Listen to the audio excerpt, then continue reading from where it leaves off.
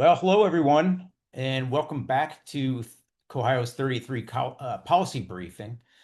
It's been about a month since our last 30 at 3, because 2 weeks ago we were in the middle of our conference. Hope you were all able to join us there. And I did want to just give you a little bit of exciting news. We just heard this morning that our keynote speaker on Tuesday, Brian Goldstone, he just won a Pulitzer Prize for his book, There Is No Place for Us. So, yeah, we wanted to say congratulations to Brian. And was looking up at our past speakers and realized that he is the third writer to speak at the Ohio Housing Conference. Oh, did I say that? Housing Ohio Conference, not to be confused with the Ohio Housing Conference. COHHIO's conference. He's the third writer to speak at our conference and to win a Pulitzer Prize after speaking at our conference. We had before that Matthew Desmond. He spoke in 2016. And that was like just a couple of weeks after Evicted came out. And then he won a Pulitzer Prize, I think, the next year. And then many years ago, this is before my time at COHHIO, but I know Hannah Nicole Jones spoke at our conference. And that certainly is what qualified her to win a Pulitzer in 2020 for the 1619 project. So, and maybe today we're speaking to another future Pulitzer Prize winner in the future. We are happy to have Whitney Airgood-Obrycki with us. Whitney is the Senior Research Associate at Harvard Joint Center for Housing Studies. She's the project manager and the lead author of the center's signature report, America's Rental Housing. The most recent report came out just about a month ago, I think. And so Whitney has some Ohio connections as well. Prior to joining the renowned Harvard Joint Center on Housing Studies, Whitney earned her PhD in city and regional planning from The Ohio State University. So she spent several years in the Buckeye State. And she's also looked up the state data and has tailored some of her presentation to Ohio-specific data. So we appreciate that, and we appreciate all of her hard work on this report. And thanks for joining us. If you have questions, please use that Q&A box. You can go to the Q&A box at the bottom right it might show up under the More icon, and write your questions out there, and we will get to them if we can. In any case, we will be available for follow-up. So with that, Whitney, feel free to share your screen and take it away. Thank you so much. Thank you all for joining today. I'm really excited to be here. As Marcus said, I definitely have a lot of Ohio connections. I see people wearing Ohio State stuff around here and I say OH and nobody responds. So I'm excited to be able to call with people who might actually know how to respond in that context. But really, this is a great chance. I run this report every other year, as Marcus mentioned, and this was a great chance to look at how things are going in Ohio. I'll apologize in advance because I did spend a lot of my prep time sort of tailoring this to the Ohio data, and so it might not be quite as polished as typical, but I hope that it works for you all. So our report, America's Rental Housing, is national in scope. A lot of the work that I do is national in scope. And basically what I've done is I've taken a lot of our primary themes here from this year, and I've tried to show how Ohio fits into this bigger picture. And so the four themes I'm going to cover is, first of all, we're seeing slowing rental demand. We're also seeing that the apartment supply is past peak completions after a really robust period of construction. In Ohio, it actually differs in the trend because rents are still rising in Ohio markets, whereas rent growth has fallen nationally and in the South and West, especially, as I'll show. And then, of course, affordability is still a key challenge. And there are some ways in which Ohio diverges, but key challenge long-term across the country and in the state, especially. And so if you want more information about the report itself, I think the link was shared. Our general website is up here. I'll also point out that in addition to the actual report document, we always post interactives. We always post some additional data. We try to break things down to the state or the metropolitan level where we can. And so there's just a wealth of data and information anytime we release either this report or our other big annual report, the State of the Nation's Housing. So with that, I'm going to go through each of these themes and just like put some data behind it, basically. So I'm going to talk through a couple of charts and show what we're seeing for the Midwest and for Ohio. So the first trend we saw nationally was we saw a pretty big slowdown Hey, in rental excuse demand. me. Yeah. Sorry, I don't see the slides up right now, so it might need to be. They're up. I can see it. I can. Oh, okay, you know what? That's me. Yeah. Sorry. Go Yep. ahead. That's good because I don't know how to fix that one. As I was saying, the big trend we saw over the last year was that we had really robust rental demand, and we saw that really start to slow down pretty rapidly nationally. And we're also seeing that in the Midwest. This is data from the professionally managed apartment sector. This is showing the year-over-year change in apartment households specifically for the Midwestern region. You can see we've had these really wild swings in demand, which is really atypical for what we see for demand cycles. You see these two big peaks in recent years, including a near record high demand last year, more than 100,000 apartment households added in the region, dropped to a growth of just over 40,000 on an annualized basis as of the first quarter of this year. And really, when we look at the national picture, which I think is true in the Midwest as well, we're seeing a lot of weakness in job growth. We're seeing really poor consumer sentiment. And then on top of that, immigration restrictions and deportations are all things that are going to affect whether or not people are forming new households and maintaining those households. So that affects our net increase in rental demand. In terms of what demand looks like, this is a little snapshot from one of our interactives just to plug those on our website. We are really seeing that households that are higher income, so those making $75,000 or more, are driving a lot of the recent growth and the long-term growth in renter households. For Ohio, if you look clear to the right, between these two blue bars, that's an increase of about 88,000 higher income households over this period into the rental market. If you're thinking about the distribution here, about 35% of all Ohio households or renter households are in those bottom two buckets, making less than 30,000. About 39% are in these middle two buckets. And then now 25% of Ohio renters are in this higher income group. That's up from 20% 10 years ago. So it's increased over time. When we look at these households, they tend to look a lot like what we think about our first-time home buyers, especially of previous generations. And really that reflects the fact that so many people are shut out of the homeownership market, which is then a tailwind for rental demand, even though we've seen that faltering recently. When we did the State of the Nation's housing report last year, we looked at home price to income ratios in another one of our interactives. And if you look at Ohio markets, many of those were at all-time highs in 2024.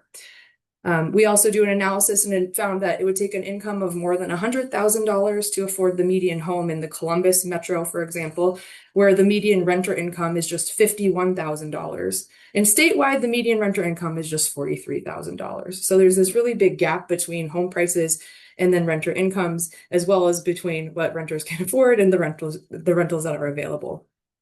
So that's the demand side. The supply side, we're also seeing some slowing down, which creates pressures on rents. Is following the national trend that we've seen. The Midwest data from the census are a little bumpy due to different data collection issues, but what we see here is on the orange line. These are multifamily starts. Those peaked in 2022 for the Midwest at almost 76,000 units, highest level in about 3.5 decades. Saw a slight uptick again in 2025 after a brief decline, but that's about 14% below that recent peak. And when we look at these proprietary data that are more up to date and track apartment sector, we are seeing a larger slowdown basically than what the census is showing. So some different data collection issues possibly happening there. We're also working through the under construction pipeline that's shown that dark blue line hit an all-time high in 2023 and has come down pretty quickly as the pipeline is getting worked through. And then if you look at the green line, that's completions for multifamily, sharp downturn this last year. 2024 was the highest level of deliveries since about 1988. That's fallen by 29% over the last year. So big retraction in supply, much slower supply coming online. This is just another way to look at this. This is again professionally managed data, professionally managed apartment data showing the year-over-year growth in apartments that are completed. See again, peaks in 2024 at just under 70,000 for the Midwest, has fallen to just over 40,000 as of the most recent quarter. So again, this sharp slowdown in units coming online. When we think about the composition of the stock then, if you were to add all these lines together and compare 2019 and 2024, you'd see that there's been an overall stock decrease in Ohio for rentals over those last 5 years, primarily driven by conversions of single family rentals, which are shown on that orange line at the very top. This is just the number of rentals. The large multifamily sector, though, is what's driven the growth in the stock nationwide and also in the state. And so what we've seen is, if you look on that red line, these are rentals that are in buildings with at least 20 units. See, that number has grown by about 13% since 2019, following this national trend of construction in larger buildings that's driving most rental growth. So as I said, one area that Ohio and the Midwest differs is that rents are still rising and never actually dropped in the way that they did on the national level. So I'm going to start with that national trend. Again, we're professionally managed apartment data, sort of our most recent stuff that we have. You see rent growth peaked in 2022. This is year-over-year change in asking rents, so rents for new leases.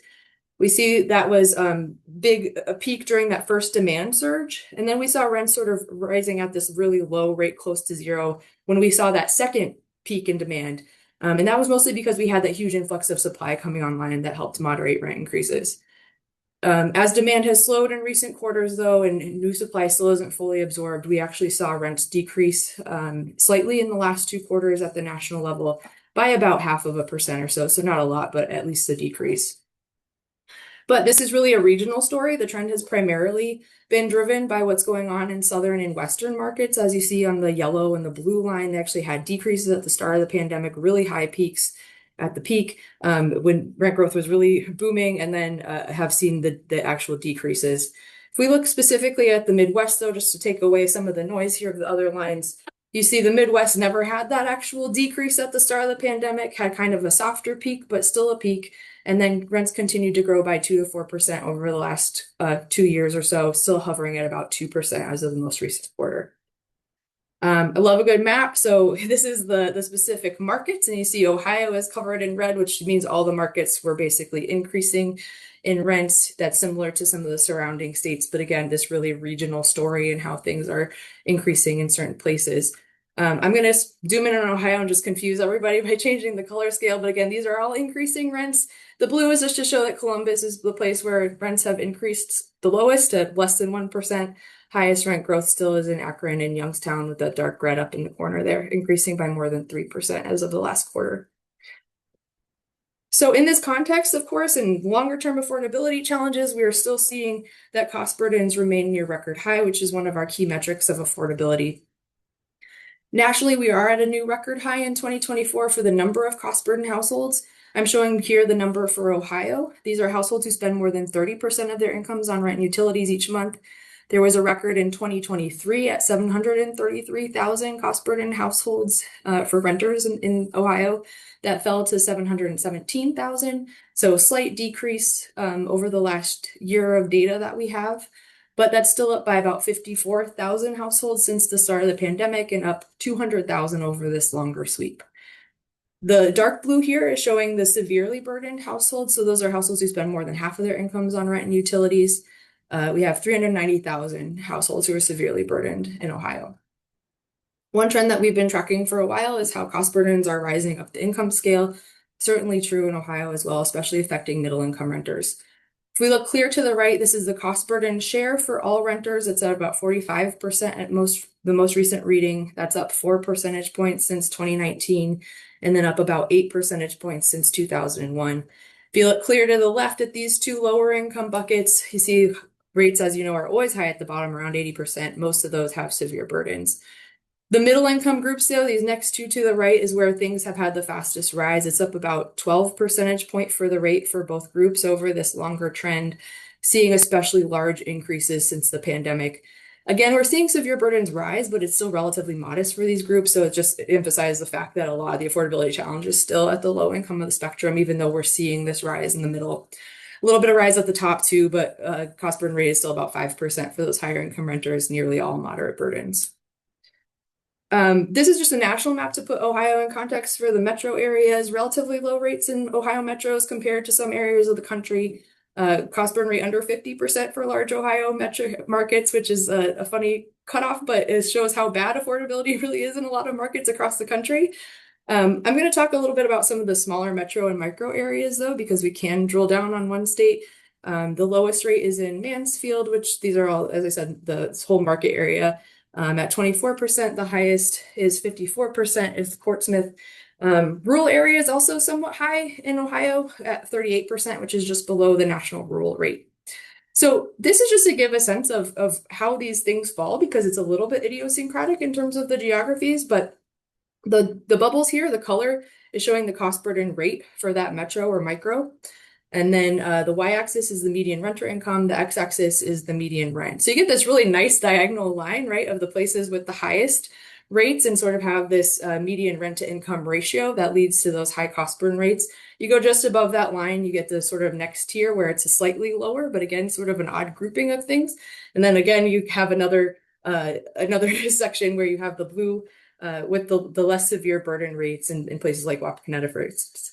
So just to show that there's there's the places where rents are really high, incomes don't keep up. There's the places where rents are really low, but incomes are high, and so you get really low rates. There's this combination of factors going on when we have this cost burden rate. Um, the slides will be shared, so I went a little overboard on the maps, and I'm not going to apologize for it, right? So this is just to give you a sense of the metropolitan, micropolitan geographies and basically split it out if you're not used to like looking at these geographies every day, so you can see if you're interested in your specific community where things fall and get a sense of sort of the spatial variation of that. So I'll share these after with Marcus. You can share it on with the group, but just in case you love maps and want to see your own place.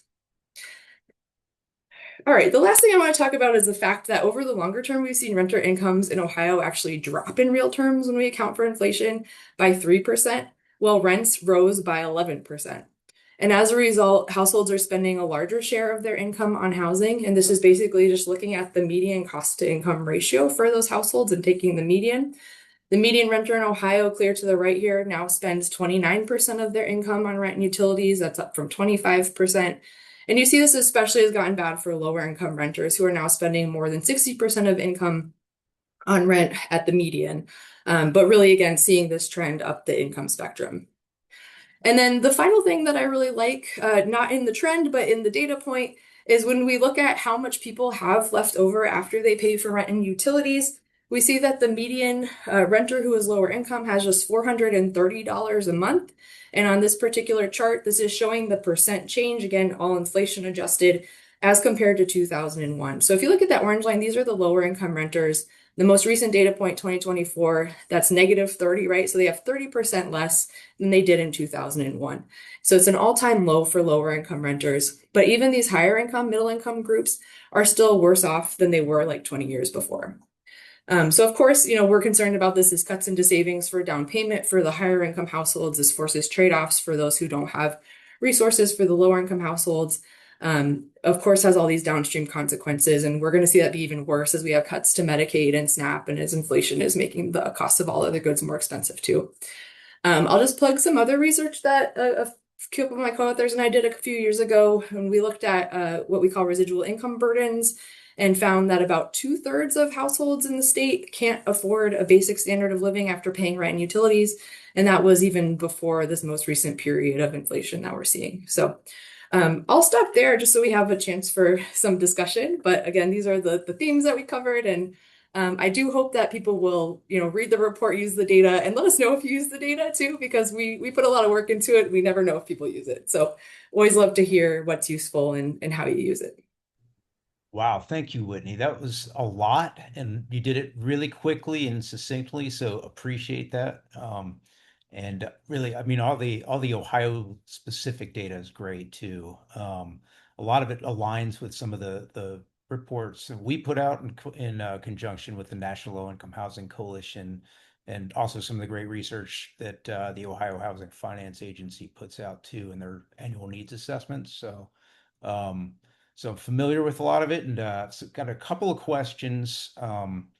And some of the questions that have popped up are things that I was going to ask anyway. But um, the thing that I guess the big question in my mind really is what's going on in Ohio in the Midwest, where rents have not declined, and the I guess the hotter rental markets in the country, the West and the Southeast, places like that seem to be coming down, but places like Ohio are not. And I even noticed in that, like I think the map that you showed, it looked like the rents rent increases are smaller with like in Columbus than some of the other markets in within Ohio.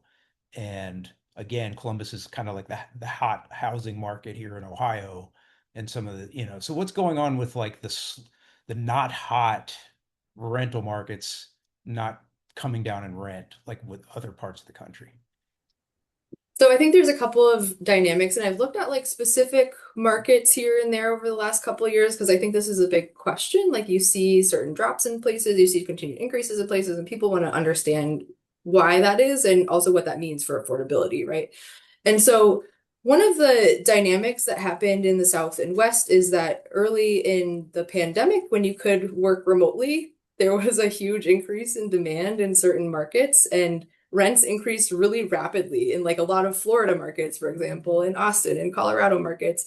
And so I think there's some of that going on where there was just such a huge peak that now things are normalizing a little bit. And that's why we see some decrease. But also, those were the places that had a huge influx in supply, right? And Ohio and the Midwest saw some of that. You saw the completions increase before they tapered off.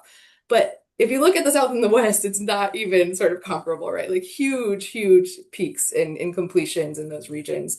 And so there's a couple of things like around normalization. There's a couple of things around the impact of supply and the fact that the places where we saw those huge booms in demand and also the huge booms in supply have had sort of different trends in the Midwest and Northeast where that just wasn't the case.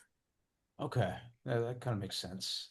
Okay, so going to the questions we received from attendees, Mary asked, she said, I'm surprised by the decrease in rental demand, given that folks can't access home ownership.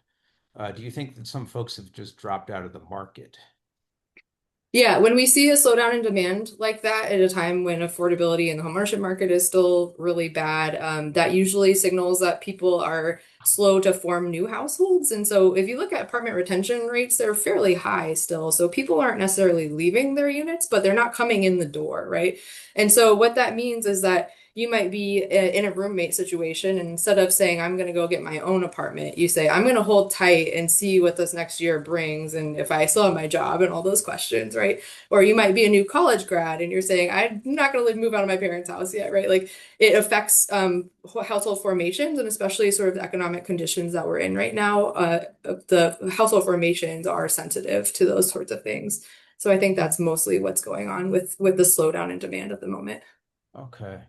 Um, Catherine asked, has increased property tax home values caused more seniors to be forced to sell, which increases rental demand? Is that kind of a trend that you're seeing?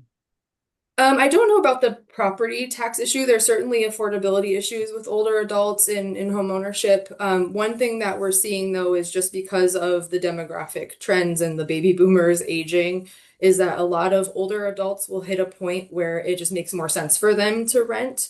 And we do see sort of an uptick in rentership rates as people age. And so part of it is that we just have this sort of demographic wave of older adults that are, also more likely to rent as they get older. And so that increases some pressure on the rental market, but I can't speak exactly to the like property tax issue specifically. Okay. Um, let's see. I think we have time maybe for another, what is some of my questions that I was going to ask. So we know that low-income renters in particular are facing cuts to Medicaid and SNAP, and of course, at the same time that inflation seems to keep going up, and we don't really seem to have, I don't know, good news in that front anytime soon. So I guess, looking ahead to the next report you release on this, which I guess will be in 2 years from now, I mean, are you, is there any reason for optimism, or is it just going to keep getting worse in the next report? First of In all, terms so of cost burdens, I guess. yeah, Yeah. that's always a good, yeah. I will say, first of all, that these reports take a long time to produce. Like we put like a lot of just Yeah. research into them. And so we started writing this report in June. And the time between June and when we needed to like put pencils down, the story had completely changed, right? In a Oh, lot of ways in the rental market. And so I do not want to say what will happen in 2 years at all. I don't want to forecast. I don't even want to try to forecast. yeah. It is interesting, we think about if we're seeing national rent declines, you would think that like you cost burdens might get better. And we actually did this before the last ACS came out. We made a little bet internally, like, are we going to see the number of cost burdens decrease or just the rate? And there was reason to think maybe we would see a slight decline in the cost burden number. And of course we didn't. We saw another increase of like 170,000. And so I think one of the challenges right now is that a lot of these markets are coming off of really huge rent increases, and so it's not really bringing affordability down to a level, even though we're seeing some improvement in rents, and we're also seeing this challenge of like the incomes are just not keeping up all the time, right? And so I don't want to guess what's going to happen in the next 2 years, but it just seems like with the economic conditions we're in, that's going to be really hard for renters to keep up with these, continued rent increases in most places. Yeah. Okay. All right. With that, I think we need to stop. We're going to hear from Gina Wilt in a moment here. But Whitney, really appreciate all of your time and effort put into this, all the Ohio specific data. I have a lot more questions, and it's making me think that maybe we should have you invite you to our next conference, Housing Ohio conference on April, I think it's 5th and 6th. I'd So love to choose to come to Ohio, so great. absolutely. Okay. But thank you all so much for having me, and All it was right. great to chat with you. Thank you. And Gina, I think you were just going to give us a quick update on the latest in terms of the advocacy front here. Yeah, so today is obviously big primary day, so most of you are probably took time to go vote. We'll expect the state legislature to come back for a couple weeks. In a couple weeks, they'll come back for a couple weeks. But I did just want to just give an update and thank everyone again for coming to the COHHIO conference and staying for the lunch that State Senator Michelle Reynolds gave remarks. She gave very thorough remarks about her vision as Senate Housing Chair. And then yesterday she had a policy lab. So it was a housing policy think tank that she had at the Ohio State House, and some of you may have participated. For those who came, thank you for being there. She connected all kinds of different experts in the room, and she had a couple different panels. She had a panel on regulations, and then she had another panel, I think that she's, said it focused more on the human level approach, which our executive director, Amy Regal, presented on that panel, which was really, really good. And just really thankful that we have a Senate Housing Committee and a chair that is doing this work. So, if you were able to catch her remarks at the conference, or if you were at the policy lab, maybe you send her a thank you note, because we want to continue to engage with her during the rest of this session. As we move into the general budget, she'll be hopefully a champion for us in the housing and homelessness space. So it's always a good time to write a thank you note to your local elected official, but in particular, Michelle Reynolds. So just wanted to give her a little shout out for the work that she's been doing recently in the housing and homelessness space. So yeah, that's really it, Marcus. Great. Well, thanks, Gina. And hopefully the right slide showed up here, our conclusion slide. We will be sending out tomorrow, look for an email with links to the recording and Whitney's presentation and other information. And next time, in 2 weeks from now, we'll be talking with Jesse Rabinowitz with the National Homelessness Law Center about the disturbing trend towards cities and states criminalizing people for being homeless. Jesse runs the Homelessness Law Center's campaign focused on trying to block state and local ordinances that make it a crime to have no home. So I hope you can join us for that. And with that, keep an eye out too for COHHIO in your community meetings.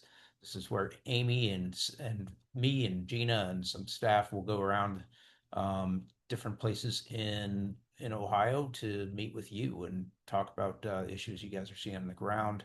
I know we have one coming up in Cleveland, but I don't think the details are set with that yet, but keep an eye out for that. And will be several others around the state. And if you need to get in touch with us, there's our contact information. And feel free to anytime to reach out with questions about advocacy, about research, about setting up housing tours and events for your local legislators to show them the good work you're doing and how housing really can be transformational for the people you serve. Um, and also just wanted to give a shout out to OCCH for supporting our 30th Free policy briefing webinars. And with that, we'll sign off. Thank you so much for joining us. And